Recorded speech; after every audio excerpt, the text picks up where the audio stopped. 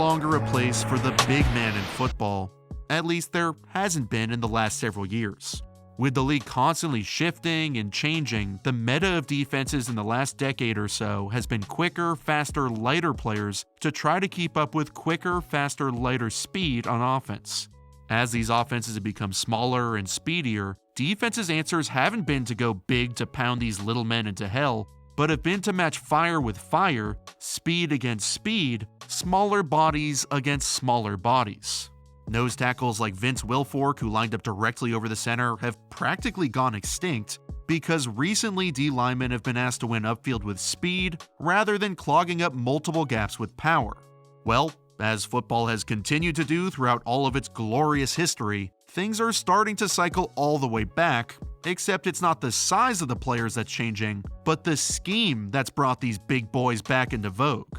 Because of these scheme changes, every team is looking for guys who can win up front with power, and that is music to the ears of Georgia's behemoth of a nose tackle, Jordan Davis. Davis is straight up one of the biggest humans you will ever see.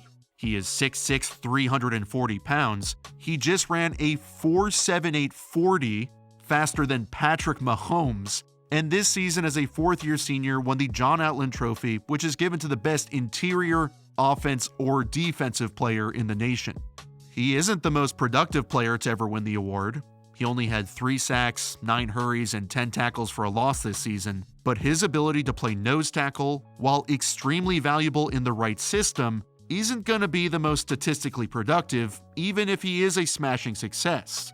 To become that kind of success, he needs to continue dominating as a nose and controlling 2 gaps at once, while improving his get-off at the line of scrimmage, his arsenal of pass rush moves, and technique when he's penetrating on stunts.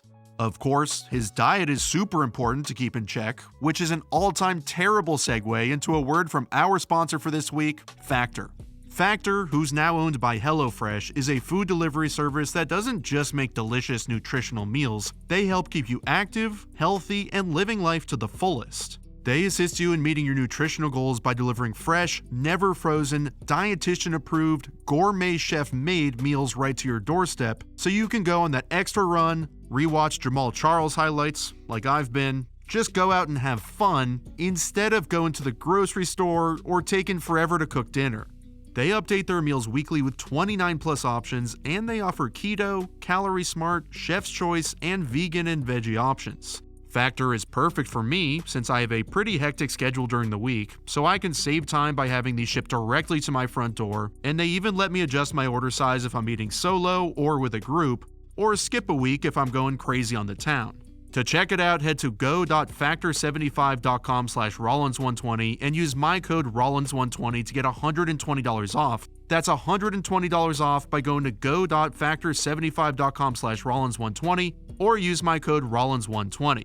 Alright, so getting back to Davis, I want to start by outlining why the nose tackle position is making a comeback and what that means for Davis's future in the league. As we've talked about on this channel a bunch in the past season, more specifically in the Brandon Staley episode I did about a month ago, which I'll link in the description box, the NFL has drastically shifted from predominantly 1 high safety coverages to 2 high.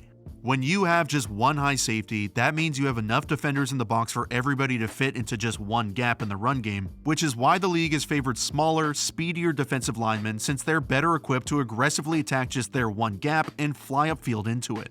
When you play 2 high safeties, you're dropping that extra safety back to help against the pass, but that leaves you 1 gap short in the run game, so if everybody played 1 gap, you'd be foolishly vacating a gaping hole for the running back to find and rip you up. Now that the league is playing way more of these 2 high coverages, it's critical to find huge, gigantic juggernauts who can cover 2 gaps by holding an offensive lineman in place. Sounds like somebody you know. 2 high coverages are much more prevalent in the college game, and 2 high coverages is where Davis's value truly shines. In this type of coverage, defenses change their fronts up and use a nose tackle, which means Davis lines up directly over the center in what's called a zero technique. His primary goal is not to rush the passer, but to control 2 gaps to the left and right of the center, handle double teams from the center and one of the guards, which helps his linebackers to roam free, and to force the running back to bounce outside since there's a 340-pound Incredible Hulk sitting in the middle who won't budge an inch.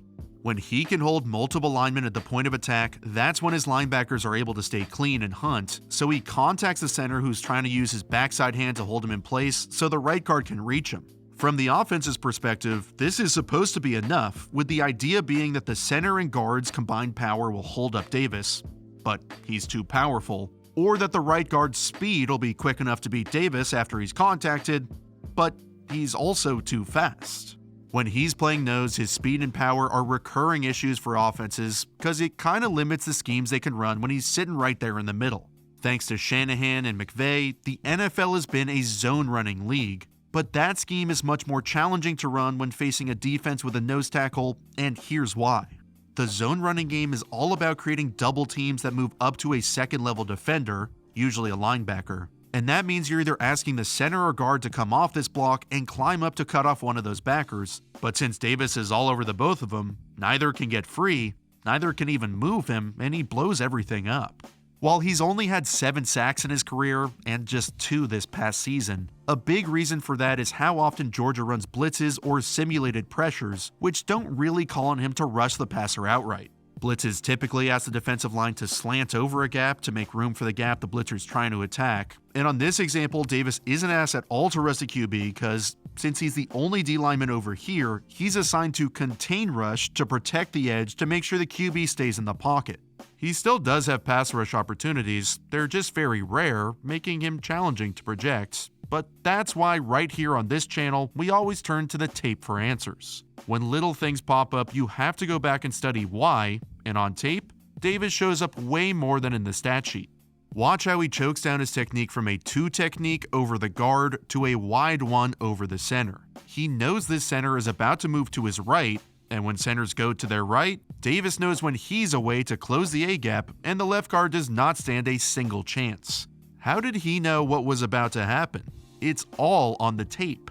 Just a few minutes before, Davis is here as the nose and uses this play as an indicator for what's coming later. When he went back to look, he noticed when comparing the right guard to the left guard, the right is a little further behind the center and further away, and that there's a tight end behind the tackle in what's called a sniffer position. Again, the center goes to his right, the right guard goes to his left, and the tight end comes to the left as well. Davis does a good job playing 2 gaps, plus now he knows if they show this look again, he will be ready.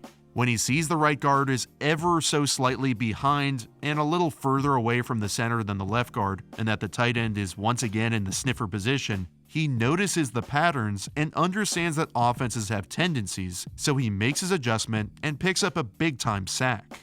So far, you might be thinking to yourself, damn, Jordan Davis is legit, but for as many strengths as he has, there are just as many areas of concern.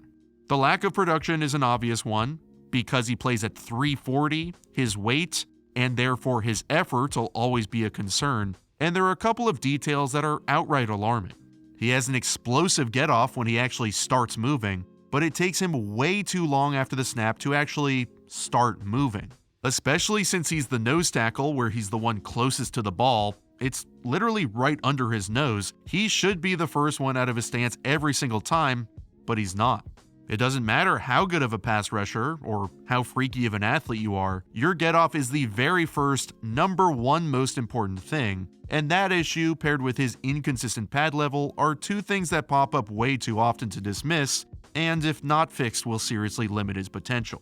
This is a perfect example of both of those issues, where Georgia is running a stunt, which Davis will be asked to do a lot, especially as a nose. Every type of stunt has a penetrator and a looper, where here Davis is the penetrator, meaning he'll try and draw the attention of the guard and tackle outside so the DN can loop back inside to hopefully an open gap, but Davis gets a miserable jump off the ball, which doesn't allow him to gain any ground on the guard. He's supposed to carry the guard inside, then hit the inside shoulder of the tackle so they can't switch their assignments. But since his pad level is awful, the guard easily holds him in place and he runs into the D end instead of the left tackle. While he tries to develop into more of a pass rusher, he'll be asked to be the penetrator on stunts quite often, and if he struggles in that area, that'll siphon off a ton of snaps coaching staffs are willing to give him. Here and there, he's proven he has great potential as a rusher by showing good hand placement, snatching linemen's arms. Not easy to do.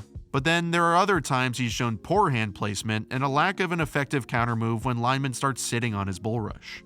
As we push towards the 2022 NFL Draft, Davis is one of the more polarizing players in this year's class. As a nose tackle, he won't show up in the stat sheet much at all, but he's really not shown up in the stat sheet compared to some of the other first-round D tackles in the past. He will come off the field on third downs, which is the same as a lot of even the elite NFL guys at his position. But if he can dominate as a nose on first and second down and control two gaps at once so the defense can drop a second safety deep, that's worth more than its weight in gold.